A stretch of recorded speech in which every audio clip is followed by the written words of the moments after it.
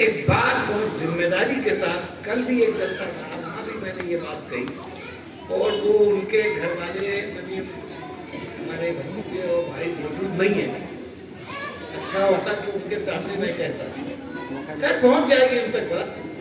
وہ یہ ہے کہ مجھے یہ کہنے میں کوئی بات نہیں کہ اپنے والد ماجد ان کی عظمتوں کو سلام۔ مولانا عبدالعلیم صاحب اپنے والد کے سامنے کچھ نہیں تھے، علمی طور پر، عملی طور پر بالکل صحیح ہوتا، لیکن جہاں تک انہوں نے حضرت امام اہل سنت رحمۃ اللہ علیہ کے مشن کو، ان کی تحریک کو، ان کے کاموں کو پہنچا دیا،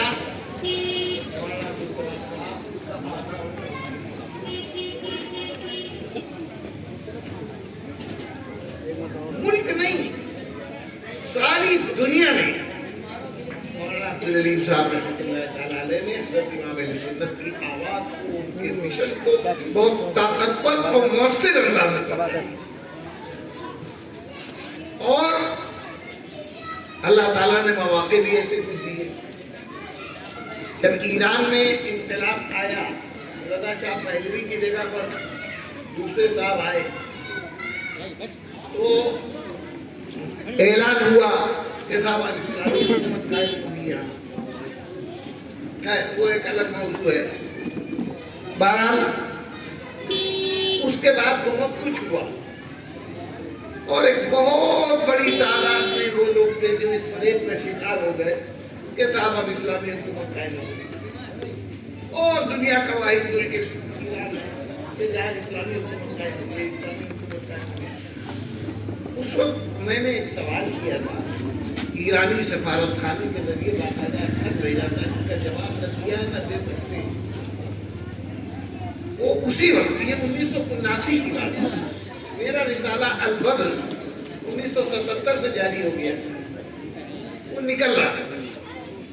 مجھے یاد ہے کہ 1979 میں جب ایران میں انقلاب آیا اور یہ اعلان ہوا کہ ایران میں اسلامی حکومت ہوگی، اور پوری دنیا میں دھوم مچ گئی، اور ہمارے ملک میں بھی پاگل قسم کے لوگ آگے آگے آگے آگے، ایک پوری جماعت لگ گئی پیچھے، امام خمینی زندہ، کیا کیا ہوا وہ چھوڑیے، وہ ایک داستان بن گئی۔ بہرحال میں نے ایک خط بھیجا تھا ایرانی سفارت خانے کے ذریعے، مجھے یقین ہے کہ ان کو پہنچایا نہیں گیا ہوگا۔ اس میں میں نے ان سے صرف ایک سوال کیا تھا کہ آپ نے اسلامی حکومت کے قیام کا اعلان کیا ہے، کیا اسلامی حکومت دنیا میں پہلی مرتبہ قائم ہونے جا رہی ہے یا اس سے پہلے بھی کبھی قائم ہوئی؟ اگر پہلے کبھی قائم ہوئی ہے تو وہ بتا دیجیے کب؟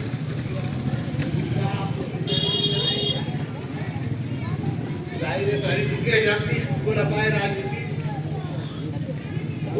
راشدین کی حکومت سب سے پہلی اسلامی حکومت ہے۔ حضرت عمر سے زیادہ کوئی اسلامی حکومت کا نہیں، حضرت عمر کی صدیق، حضرت عثمان غنی، حضرت علی مرتضیٰ، خلفائے راشدین۔ اللہ کے نبی نے خود فرما دیا علیکم بسنتی وسنت الخلفاء الراشدین، وہ 30 اور نبی نے فرما دیا کہ 30 برس تک بالکل نظام قائم رہے، وہ 30 برس تک۔ تو میں نے یہ پوچھا تھا کہ اگر پہلے کوئی اسلامی حکومت قائم ہوئی ہے، آپ بتاتے ہیں اس کی وجہ کہ کیا اس کی پیروی ہے؟ جواب دیجیے، کیا جواب دیجیے؟ کیا یہ کہو کہ ہم تم لوگ کہاں تھے بھائی، بیٹھو نہیں، اس سے پہلے دنیا میں کبھی اسلامی حکومت قائم نہیں ہوئی۔ تو بہرحال یہ ایک چیز تھی۔ تو اب یہ سب حالات ایسے آئے کہ جہاں ایک طرف فریب کا شکار ہوئے لوگ، وہاں دوسری طرف ہمارے علماء حق بیدار ہوئے، اور ان کو یہ محسوس ہوا کہ اب زبانیں اور قلم کو استعمال کرنے کی ضرورت۔ ان میں سے ایک حضرت مولانا منظور صاحب رحمۃ اللہ تعالیٰ علیہ بھی تھے کہ جنہوں نے باقاعدہ کتاب لکھنے کا ارادہ کیا اس انقلاب اور اس کے اثرات اور کومری صاحب کی دعویٰ اسلامی، اور اس سلسلے میں انہوں نے حضرت مولانا عبدالرحیم صاحب سے بھی رابطہ قائم کیا. میں بھی تھا، بہرحال میں اپنا کوئی ذکر نہیں کرتا. مولانا عبدالرحیم صاحب سے انہوں نے رابطہ قائم کیا اور مولانا سے انہوں نے کتابیں کرسی ادھر کس کا ادھر سا امام اہل سنت رحمۃ اللہ تعالیٰ علیہ کے ذخیرے سے کتابیں فراہم کی. اور پھر مولانا منظور صاحب نعمانی نے بہت زبردست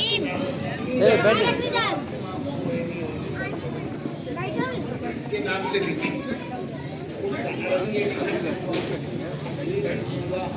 پوری دنیا میں وہ کتاب ہے. اس میں مولانا منظور صاحب نعمانی نے اس کتاب کو خود اعتراف کیا ہے اپنے قلم سے کہ میرا بہت بڑا تعاون مولانا.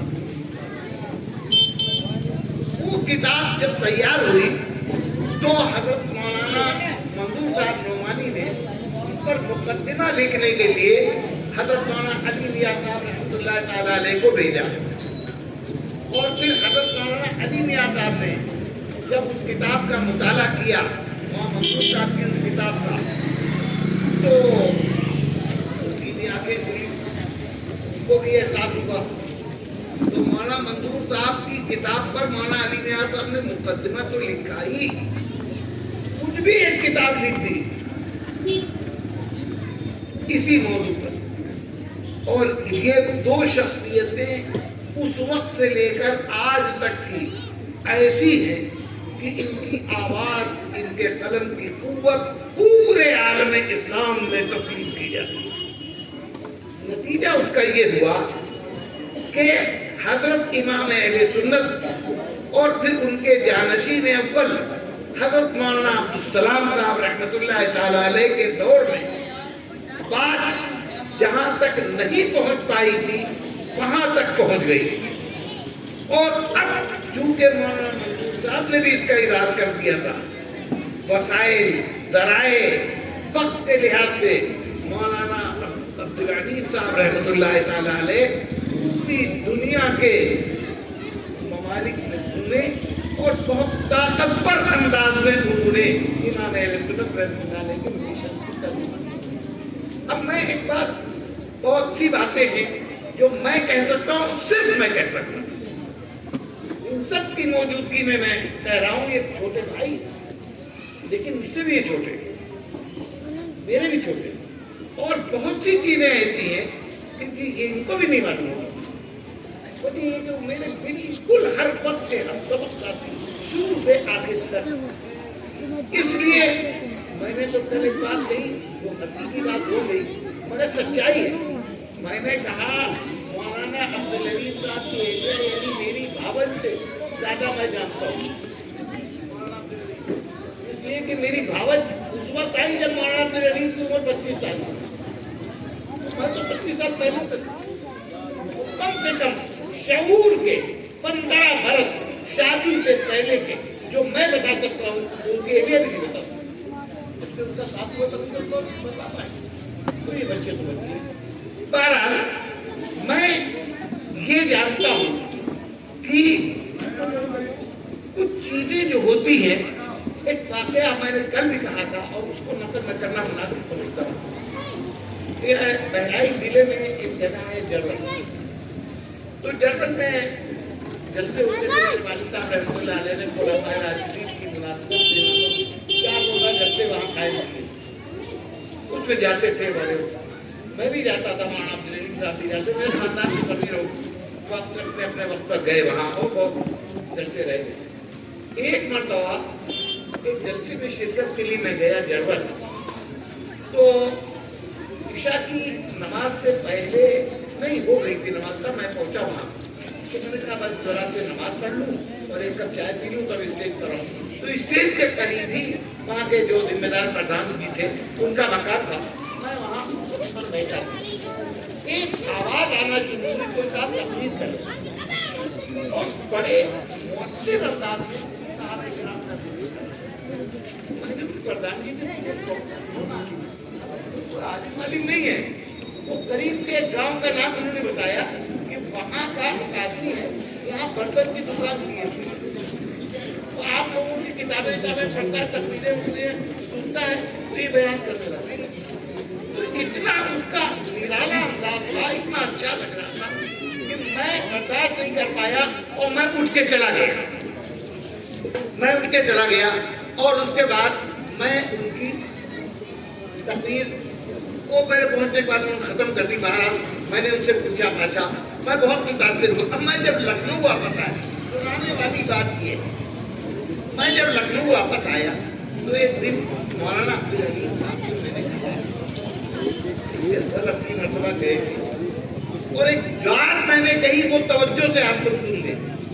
میں نے کہا سنو, ایسا ہے میرے خاندان کے یا میرے ہم لوگوں کے متعلقین, ہمارے شاگرد, ہمارے اداروں میں پڑھے ہوئے, ہم سے جڑے ہوئے لوگ اگر صحابہ کرام کے فضائل بیان کرتے ہیں تو میری کو بہت زیادہ کرنا ہی چاہیے, تو ہے ہی ہے. لیکن اگر کوئی غیر آدمی, مولانا سے میں نے یہ جملہ کہا, اگر کوئی غیر آدمی صحابہ کرام سے فضائل بیان کرتا ہے تو ایسا لگتا ہے جیسے کہ میرے اوپر احسان کر رہا. اللہ گواہ ہے, جب میں نے مولانا عبدالعلیم صاحب نے یہ بات کہی تو ان کی آنکھوں میں آنسو آ گئے اور انہوں نے مجھ سے کہا یہ تمہاری غیرت انسانی کی بات ہے اور انشاءاللہ صحابہ کی یہ محبت, صدیق اکبر سے یہ تعلق تم کو جنت لے جائے. تو اصل چیز جو ہے میں جو بتانا چاہتا ہوں وہ یہ ہے کہ مولانا عبدالعلیم صاحب